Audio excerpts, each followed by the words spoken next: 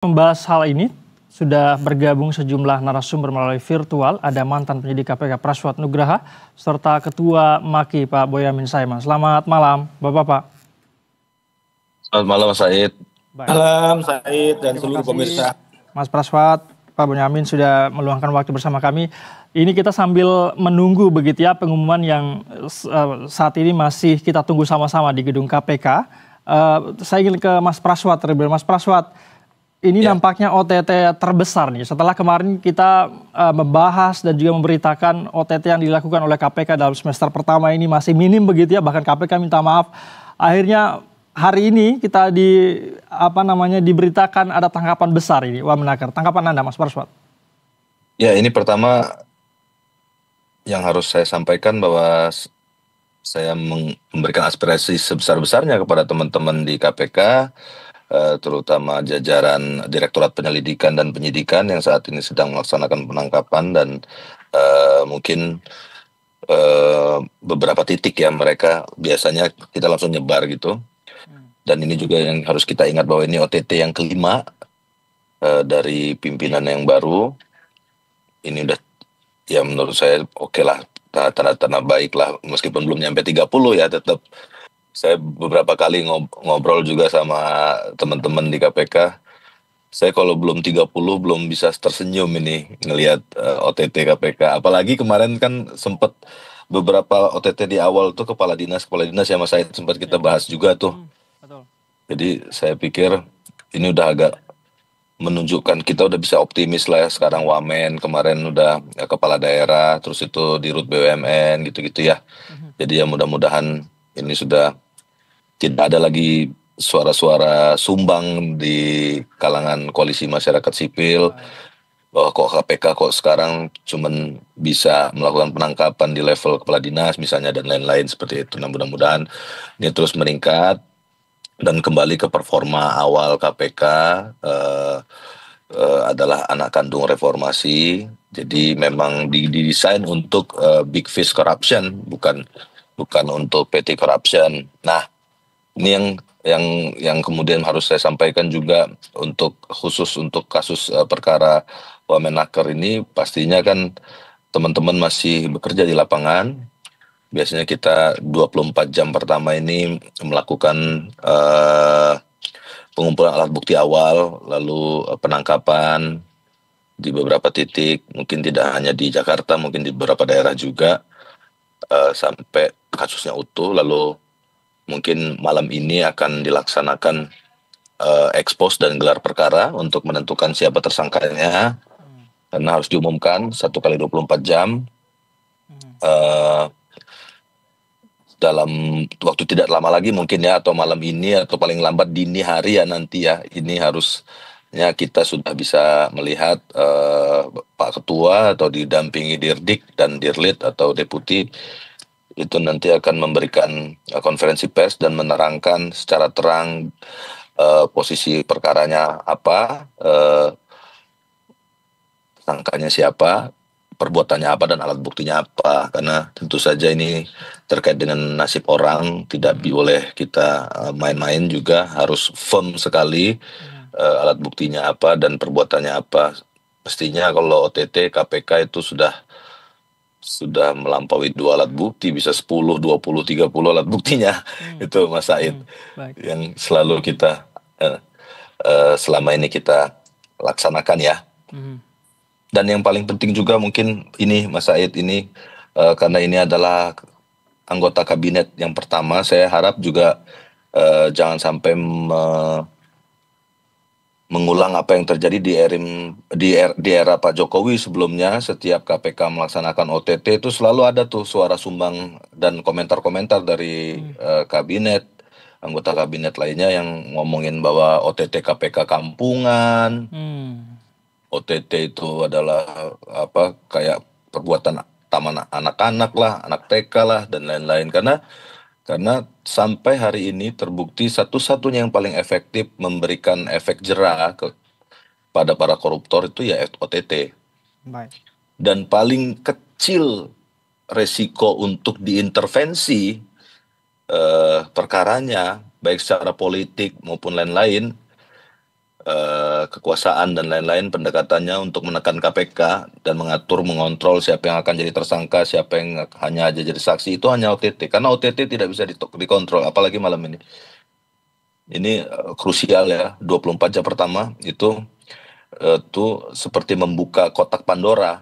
Jadi kita tidak pernah tahu ada siapa di dalamnya gitu, Mas Said. Baik, setidaknya ini OTT yang cukup besar memberikan kita optimisme begitu ya. Dari OTT, dari sisi penegakan hukum. Saya ini ke Pak Bonyamin. Pak Bonyamin, dari Maki sendiri, bagaimana Anda melihat hal ini? Wamenakar Noel ini menjadi satu-satunya kabinet peraput yang pertama yang terjerat OTT, meski statusnya kita masih menunggu begitu. Ya, ini kan tetap apresiasi KPK yang selalu saya ledek gitu. Masa nangkep kepala dinas, besok camat, bahkan di Jawa Timur itu kepala desa karena nyuap bupati. Ini lompatan besar berarti ya? Apresiasi, tapi ya sisi lain tetap pada posisi kita tidak boleh pada tataran itu. KPK biarlah bekerja dengan entitasnya, tapi pemerintahan yang paling utama berkewajiban membuat tata kelola yang lebih baik. Itu harus kita ingatkan berkali-kali, Mas Said. Karena kalau tidak ya nanti KPK tiap hari akan OTT. Bukan berarti OTT ini berhasil bahwa kita memberantas korupsi. Satu sisi iya, tapi sisi lain berarti pemerintahan kita tetap buruk gitu dalam mengatur pentadbiran kerajaannya. Itu istilah saya gitu. Nah, bagaimana mereka tak laku, salah guna kuasa, itu dan bahasanya itu kan sekali lagi saya selalu ngomong mestinya negara maju itu kan mencegah tiris dan rembes. Kita ini mencegah bocor aja kadang-kadang jebol gitu. Kayak kasus korupsi BTS Kominfo itu yang 10 triliun kerugiannya 8 triliun. Apa itu bisa dianggap bocor itu? Itu kan jebol bendungan kita itu. Nah, ini yang paling gampang nanti kita itu adalah keberhasilan memberantas korupsi itu adalah indeks persepsi anti korupsi kita. Nanti berapa? Dari 3,7 naik dikit, pernah turun, itu pernah 4 itu. Dan itu terus terang aja mempermalukan kita semua. Negara Timur-Timur aja pernah di atas kita itu, yang pernah kita jajah, ada kutip loh ya gitu. Jadi ini yang menjadi keprihatinan dan itu menjadi kewajiban Pak Prabowo selaku presiden, kepala pemerintahan untuk menjadi dirijen membuat tata kelola pemerintahan yang baik sehingga semakin jauh dari rasuah. Ini kan hal-hal yang pungli begini ini kan sangat rendah gitu. Karena apa? Hanya memperdagangkan pengaruh bahwa dia sertifikasi keselamatan tenaga kerjaan ternyata tidak memenuhi syarat atau bahkan yang memenuhi syarat tapi diberikannya karena ada uang. Kalau tidak ada uang dilambat-lambatin sehingga pengusaha juga menjadi susah untuk melakukan investasi dan pengembangan usahanya. Ini kan sesuatu yang prihatin ketika ternyata yang diduga korupsi ya, praduga tidak bersalah, itu adalah kaitan dengan sertifikasi K3 keselamatan kerja. Ini kan kalau bahasanya kan perusahaan itu dapat duit dari mana untuk dibayarkan itu?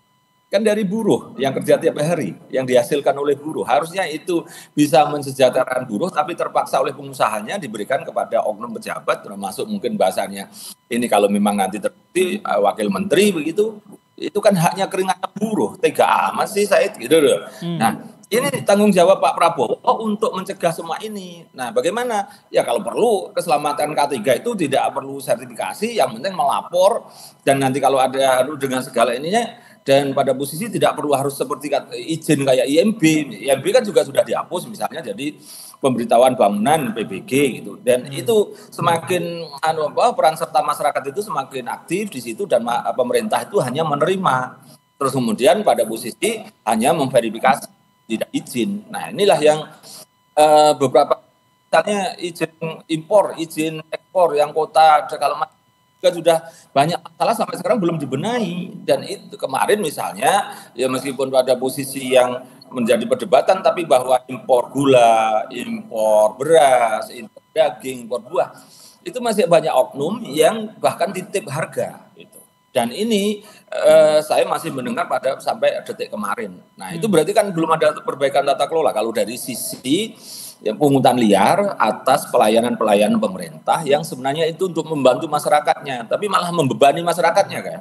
Ini yang menurut saya kalau korupsi berkaitan misalnya dengan proyek BTS Kominfo itu kan perlu effort, perlu pikiran. Kalau pungutan liar ini kan ya sekedar memperlambat aja, memenuhi syarat tapi diperlambat-lambat dengan alasan yang tanda tangan belum ada, sedang sakit, sedang cuti. Nah, nanti kalau ada amplop belakangnya langsung cepet. Ini kan tidak pakai otak gitu. Kira-kira gitu, tidak korupsi yang tidak pakai otak kira-kira kan gitu kan. Jadi ini menurut saya jadi tugas pemerintah untuk membenahi ini, untuk membuat tata kelola pemerintahan yang lebih baik, yang baik bahan itu. Bukan hanya lebih baik, kalau lebih baik kan buruk menjadi agak tidak buruk. Ini harus tata kelola pemerintahan yang baik. Saya masih. Baik, Pak Boyamin, tapi apakah Anda setuju dengan pernyataan Pak Mas Praswa tadi begitu? Ini tangkapan, tadi Anda sempat mengatakan ini lompatan besar dari sebelumnya kepala dinas. Ini memberikan kita angin segar dari sisi penegakan hukumnya di KPK. Ya, apapun itu, karena kita ini kan memang negara masih parsial, belum maju. Jadi nggak bisa kita berharap satu sisi saat tadi misalnya takut kalau pemerintahan baik tidak ada penegakan hukum. Mereka nggak takut. Namanya ngoprek anggaran itu level-level di tadi Pak Prabowo kan semua eselon di pemerintah daerah ya biasa, misalnya membeli plakat, membeli kalender yang harusnya itu 1.000 dibelikan hanya 600, yang 400 nggak ada. Terus kemudian laporannya ada beli kertas 10 rem tapi ternyata hanya 4 rem itu maka kemudian kalau harus memang pemberantasan korupsi juga keras gitu. OTT harus untuk memaksa bahwa tata kelola pemerintahan yang baik, tidak bisa mengharapkan hanya pada posisi pemerintahan ini akan berubah menjadi baik, nggak bisa. Maka memang KPK diperlukan, itu kan memang kita memang sudah sadar bahwa kalau kita tidak keras itu ya keras saja masih banyak yang nakal gitu. Jadi tetap harus itu bahwa KPK harus tetap dengan entitasnya melakukan pemberantasan korupsi, khususnya penegakan hukum. Nggak usah lah bicara pencegahan. Kayak periode kemarin Pak Firly ngomong pencegahan. Setelah gagal baru OTT tahun terakhir gitu. Karena ya memang bukan entitasnya, sudahlah KPK cukup pada posisi penegakan hukum yang banyak. Terus kemudian nanti kerjasama dengan pemerintah untuk memperbaiki tata kelola, misalnya tender, misalnya ya izin-izin begini, misalnya royalti tambang. Kemarin sudah Pak Prabowo mengatakan tambang-tambang ilegal, itu kerjasama aja dengan pemerintah. Gitu. Jadi KPK memang harus punya produk, yaitu OTT, pengungkapan kasus besar, dan banyak hal yang masih tahun 2019 Bupati di Sulawesi Tenggara itu mau ditahan sakit, tapi kemudian sampai sekarang tidak kelar jelas juntrungnya. Ini masih banyak. Selain melakukan gebrakan, tapi juga tuntaskan hutang-hutang yang masih banyak. Dan itu yang tidak perlu buruan di luar negeri pun masih banyak yang harus dituntaskan oleh KPK. Jadi ini memang KPK biarlah kita dorong untuk tetap hebat di dalam penegakan hukum itu. Masih saya. Baik, saya ingin ke Mas Praswa. Tadi menanggapi pernyataan Pak Bonyamin begitu berkaitan dengan adanya pungli yang sudah lama sebetulnya terjadi. Mas Praswat, kalau kita melihat posisi atau jabatan Wamenaker ini kan baru 10 bulan begitu ya, di saat yang sama sudah terjaring OTT begitu. Apakah Anda melihat praktik pungli di lingkungan-lingkungan yang tempat saat ini Wamenaker menjabat ini sangat rawan begitu, sehingga kemudian dia tergiur untuk kemudian melakukan, tidak sampai 1 tahun akhirnya di OTT oleh KPK. Ya, jadi sebenarnya ini kan pola yang sudah lama ya, Mas. Jadi izin kesehatan, keselamatan kerja ini memang sudah dari zaman dulu. Setiap siapapun juga yang menjabat pasti ini ada satu pos seperti kayak ini daging empuk nih gitu. Jadi menurut saya pikir dari bertahun-tahun selama ini selalu saja K3 yang kena, sertifikasi K3 yang selalu jadi tempat bancakan. Nah ini seperti satu hal yang paradoks sekali, karena kok kayaknya sebegitu, pasti saya pikir nggak perlu terlalu cerdas lah ya untuk kemudian bagaimana kita menyusun sistem supaya K3S itu tidak menjadi bahan bancakan lagi. Itu seperti apa, bisa online misalnya kata Bang Bonyamin tadi, bisa kita tidak perlu izin tapi hanya memberitahukan saja juga bisa, dan atau misalnya sertifikasinya dilakukan oleh pihak ketiga misalnya dari luar negeri gitu, ada konsultan lulus, ada CFA juga ada, jadi ada beberapa hal yang menurut saya sangat terbuka sekali. Dan ini ya saya juga sempat tersentil tadi Bang Boy ngomong, ini tidak perlu jadi cerdas untuk sekedar siapa yang mau mengajukan sertifikasi K3, terus harus ngasih duit. Itu kan sederhana sekali gitu. Kayak apa ya? Ini sampai sampai nggak perlu pakai otak gitu loh kata Bang Boy Amin. Jadi kayak seperti nunggu di loket saja itu sudah ada duitnya gitu. Jadi menurut saya ya tentu saja kita belum bisa ngomong banyak hari ini ya karena KPK belum menjelaskan secara detail sebenarnya apa sih konstruksi perkaranya, bagaimanapun alat buktinya. Baru tadi Pak Fitroh ya ada beberapa pimpinan juga ngomong cuman masih ngespil dikit saja, belum secara konstruksi utuhnya.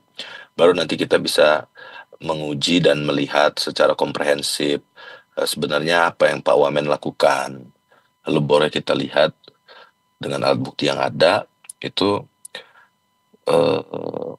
menggunakan otak atau tidak menggunakan otak gitu kalau istilahnya Pak Boy, Bang Boy tadi itu.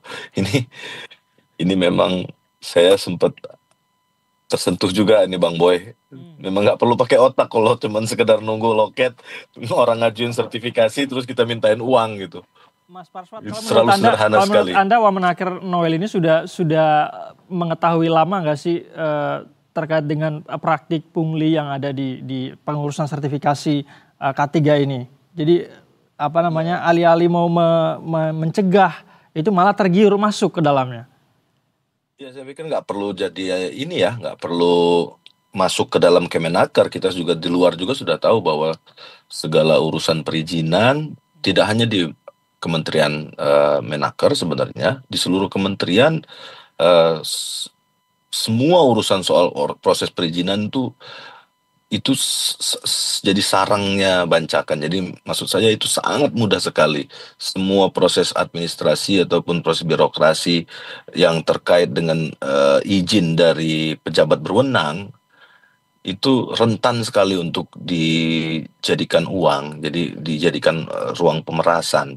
Nah ini yang sampai sekarang, makanya kan saya berkali-kali ngomong, mungkin Bang Boy juga sering bareng sama saya panel diskusi, itu memang jantungnya korupsi itu disuap, memang bukan soal kerugian keuangan negara. Nanti perdebatannya kan misalnya ada beberapa misalnya kayak kemarin kasus Hasto gitu, ada PH-PH-nya ngomong ini kerugian keuangan negaranya di mana, kerugian keuangan negaranya di mana, karena mereka berusaha untuk men-split seolah-olah korupsi itu harus ada kerugian keuangan negaranya. Padahal jantungnya korupsi itu di seluruh dunia itu korupsi itu hanya suap, nggak ada, cuman Indonesia aja yang ngomongin soal kerugian keuangan negara. Dan OTT itu pasti bicara soal suap. Nggak ada kerugian keuangan negara di OTT. Konstruksi 2 pasal 2 pasal 3 itu nggak digunakan di OTT. Pengembangan OTT baru pakai konstruksi pasal 2 pasal 3 kerugian keuangan negara. Kalau seluruh korupsi harus ngomongin kerugian keuangan negara, maka nggak bisa ada OTT dan kita akan ditertawakan di seluruh dunia gitu loh. Hanya Indonesia yang mendefinisikan korupsi itu adalah kerugian keuangan negara, karena seluruh dunia itu mendefinisikan korupsi itu adalah suap, seperti apa yang terjadi hari ini itu loh. Itu Mas Said. Baik. Saya mau kembali ke Bang Boyamin. Bang Boyamin, kalau Anda melihat dari segi kewenangan sebagai wakil menteri, apakah mungkin masih ada aktor intelektual lagi di atas Wamenaker ini kalau Anda melihatnya? Ya kalau OTT nampaknya sudah sampai level ini gitu, dan nanti ya kita tunggu apakah sampai ada yang lain-lain itu, apakah ada oknum legislatifnya, karena sepilnya KPK itu kan udah berlangsung lama, dan Kemenaker itu salah satunya kan ya memang kemarin yang sudah diproses itu pakai rumusan pasal-pasal yang lain tentang izin kerja tenaga kerja luar negeri gitu, yang baru aja 1 bulan yang lalu kan gitu, dan itu berproses. Terus ini rangkaian sekarang adalah sertifikasi. Nah nanti bisa jadi juga ada yang lain kalau mau didalami semua, karena itu proses-proses yang saling berkelindan. Dan misalnya tentang izin-izin kerja yang lain, dulu misalnya kartu kuning itu kan kita ketawa, itu kartu kuning itu untuk apa? Itu untuk syarat lamar kerja. Loh memang kita mau cari kerja belum punya pengalaman kerja, baru lulus kok malah minta kartu kuning ke Kemenaker, itu kan zaman itu. Jadi banyak hal yang sebenarnya ini hanya untuk ngoprek gitu, tidak rela rakyatnya sejahtera itu. Kalau sampai level itu saya sebenarnya ingin memahami bahwa korupsi ini betapa merajalelanya dan perlu diberantas. Karena nanti ya berkali-kali saya ngomong negara ini bisa bubar karena korupsi semakin merajalela. Dan itu misalnya di Malaysia gitu untuk perpanjangan paspor ada pungli, bahkan duta besarnya kena. Jadi mestinya tenaga kerja itu seperti Filipina disupport, diberikan pelatihan, diarahkan ke negara-negara Arab sehingga menghasilkan devisa. Kalau kita yang keluar dipungli, yang masuk dipungli, yang belum kerja pun sudah dipungli. Jadi apalagi kira-kira dusta apalagi yang engkau tidak bisa gambarkan gitu. Jadi semua dusta sudah ada gitu. Jadi ini yang memang ke level kita ini ya tadi ada yang ngomong misalnya stadium 4 ya kalau kanker gitu kan. Nah, itu maka perlu sekali itu Pak Prabowo selaku kepala negara dan kepala pemerintahan segera mengesahkan undang-undang perampasan aset, merampas itu harus itu karena kalau hanya penjara, apalagi sekarang dapat diskon remisi bebas bersyarat berlaku untuk korupsi. Kemarin Setia Novanto dapat itu. Terus nanti dapat hukumannya juga ringan, kita paling-paling antara 3 sampai 7 tahun itu. ICW pernah membuat rata-rata. Nah, kalau tidak segera diberlakukan undang-undang perampasan aset itu tidak ada gunanya gitu. Dan itu menjadi tugas Pak Prabowo untuk memaksa DPR mengesahkan itu. Tapi kalau DPR nggak mau, ya Pak Prabowo harus menerbitkan peraturan pemerintah pengganti undang-undang Perpu. Nah, itu yang menjadi komitmen. Kita tunggu tahun ini. Saya sudah mendeadline tahun ini harus disahkan. Kalau tidak, berarti tahun depan saya maju ke Mahkamah Konstitusi untuk meminta perintah kepada pemerintah DPR mengesahkan. Karena kedaruratan sudah, kegentingan sudah memaksa. Yang lain-lain aja corona dikasih Perpu, terus kemudian Ciptaker juga dikasih Perpu, beberapa pengampunan pajak juga Perpu, justru perampasan aset sejak 2008 sampai sekarang nggak jelas-jelas ya kelar. Nah, ini justru Pak Prabowo dari partai Anda sendiri, Pak Prabowo, Pak Prabowo, yaitu ini Wamenaker dari Partai Gerindra, ngakunya apa benar sudah punya kartu Gerindra atau tidak, tapi apapun sekarang wamen dari kabinetnya Pak Prabowo. Sudah begitu dekatnya posisi dengan istana. Untuk itu harus segera mengesahkan undang-undang perampasan aset. Tidak ada gunanya KPK nanti akan OTT bisa jadi DPR, bahkan bisa jadi menteri, bisa yang lebih besar.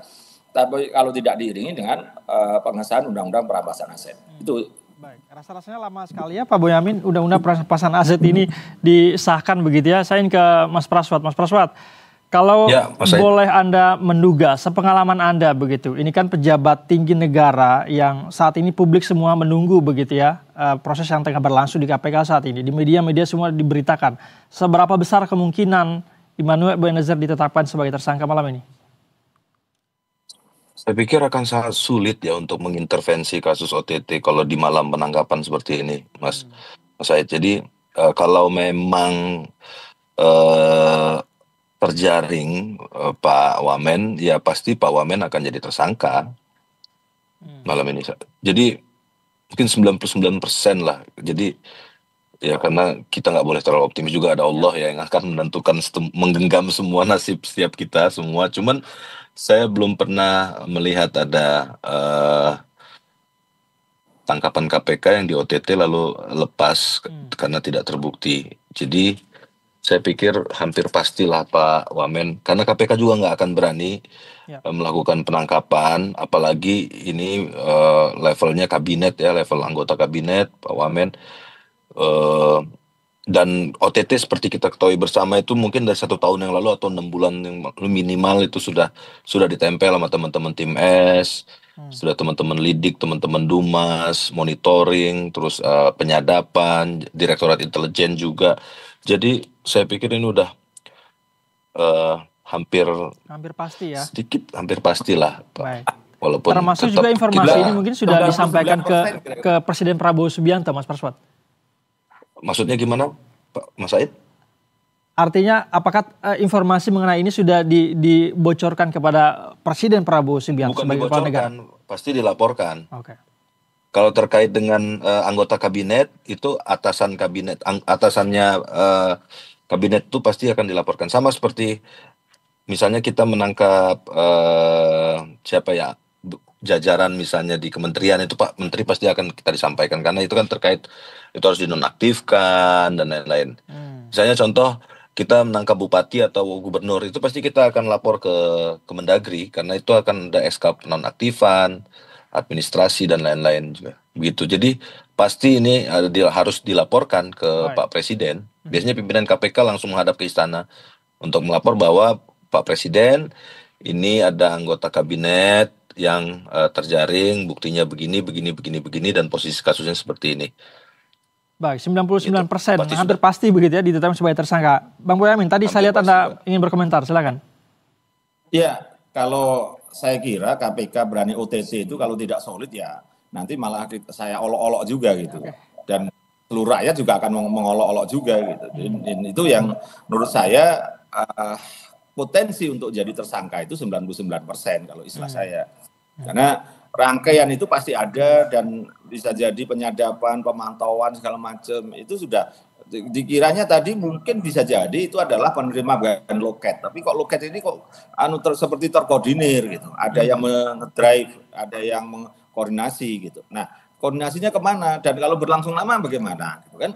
Dan itu bisa jadi ada unsur swastanya yang kayak EO misalnya gitu yang menjadi penghubung antara perusahaan dengan oknum-oknum di Kemenaker. Nah, kalau posisi itu saya yakin sudah sampai level ada yang mengurusi gitu. Kalau perusahaan-perusahaan tidak ada yang ngurusi, tidak ada calonnya, tidak ada maklarnya, mungkin tidak akan pungli semasif yang bisa di OTT KPK. Jadi menurut saya loh ya, berdasarkan pengamatan saya itu sudah ada banyak hal oleh koordinator, ada calo, ada apa, dan kemudian orang-orang ini kemudian bisa jadi menservis Pak Wamen. Dugaannya Pak Wamen tidak paham kalau itu adalah servis uang dari pungli izin K3. Dan itu sudah berlangsung lama. Artinya jadi Anda mengatakan ada potensi Pak Wamen sendiri tidak paham bahwa itu adalah bentuk suap. Ya bisa jadi kan karena ini mereka calon ini kan pinter untuk mendekati. Dulu misalnya bisa jadi sebelum kabinet ini sudah juga terjadi kalau bicara lama. Bagaimana mereka untuk menjadi penghubung jadi calo-calo itu supaya juga lebih gampang dan kemudian lebih mudah di PTSP misalnya. Dan itu sudah kalau jalur khusus, jalur cepat, jalur lambat. Kan kalau pengen jalur cepat kan ada juga caranya, tahu aja gitu. Nah, tapi kan juga tidak bisa kemudian Pak Wamen mengaku dirinya tidak tahu bahwa itu uang dari K3 gitu. Uang dari manapun itu kan harus lapor kepada KPK. Penerimaan apapun maksimal 30 hari. Nah, 30 hari itu menjadi gratifikasi. Boleh nggak diterima? Nah, seperti tadi Pak Prabowo bahkan justice kolaborator misalnya, whistleblower atau apa begitu. Nah, inilah yang menurut saya Pak Wamen tidak gampang untuk melepaskan diri. Yang mungkin bisa aja korban ditipu segala macam. Tapi rangkaian-rangkaian ini kan bahwa Pak Wamen ketika diduga menerima sesuatu harus lapor.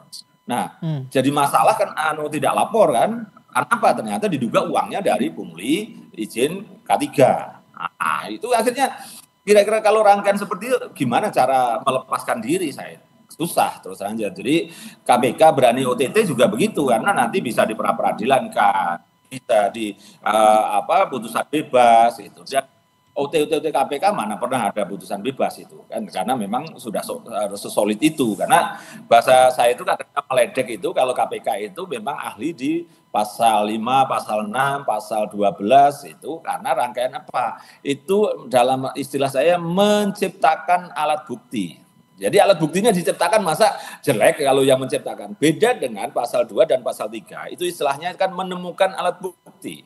Mencari alat bukti. Seperti terjadi orang pembunuhan. Mencari siapa pelakunya, mencari senjata, segala macam rangkaiannya itu. Lah kalau OTT ini kan seperti mengintai orang yang mau melakukan pembunuhan. Itu kan, tapi tidak dicegat, setelah melakukan coba menusuk, tapi ya bisa selamatkan nyawanya. Itu kan berarti kan sesolid itu gitu alat buktinya. Jadi itulah rangkaian yang menurut saya kadang-kadang oknum-oknum kita juga memang kalau apapun korupsi pasti selalu meninggalkan jejak-jejak, dan KPK sebagai penegak hukum pasti akan paham cara mencari jejak-jejak itu. Gitu. Selalu gitu. Tidak pernah ada kejahatan sempurna dan selalu akan meninggalkan jejak. Itu saya. Baik. Saya mau tanya ke Mas Praswat. Mas Praswat, ini kan kita lagi menunggu begitu ya. Ini momen yang semua orang menantikan seperti apa status dari Wamenaker ini. Kalau sepengalaman Anda sendiri, dinamika apa biasa yang terjadi di internal KPK di momen-momen seperti ini, menunggu status seorang tersangka, apalagi berkaitan dengan pejabat tinggi negara?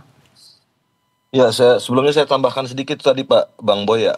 Kalau KPK menggunakan konstruksi 12E pemerasan, itu pasti si penerima harus aktif meminta. Jadi pasti ada alat bukti yang sudah dipegang oleh KPK bahwa Pak Wamen atau siapapun nanti yang jadi tersangka itu secara aktif meminta atau menghubungi pihak swasta untuk memberikan sesuatu terkait K3S ini, sertifikasi ini. Jadi memang konstruksi 12E seperti itu, dan biasanya nanti pemberinya karena dia sebagai korban nggak kena pasal 5 karena dia pemerasan secara aktif dipaksa. Nah, kalau malam ini sedang terjadi apa, pastinya malam ini teman-teman penyidik, penuntut umum, Deputi Penindakan, Direktur Penyelidikan, Direktur Penyidikan, dan Direktur Penuntutan sedang bersama-sama melakukan gelar perkara terhadap perkara ini, khusus OTT ini, sama-sama dengan pimpinan lengkap 5 untuk kemudian memutuskan. Jadi keputusannya itu betul adalah keputusan pimpinan KPK, tapi yang hadir itu seluruh jajaran Deputi Penindakan, baik dari nanti penuntut penelitinya, terus penyidiknya yang akan melaksanakan penyidikan mulai besok, atau mulai sprindik ditandatangani itu, maka 1 kali 24 jam harus naik ke penyidikan, maka tim penyidiknya harus ada. Juga tim penyelidik yang melakukan penangkapan, termasuk tim Dumas kalau memang tim Dumas ikut melakukan penangkapan pada malam ini atau tadi malam. Jadi mereka semua sedang berada di dalam proses gelar perkara. Biasanya 1 atau 2 jam saja. Nggak pernah ada gelar perkara yang melebihi 2 jam ya, Mas Said. Saya belum pernah.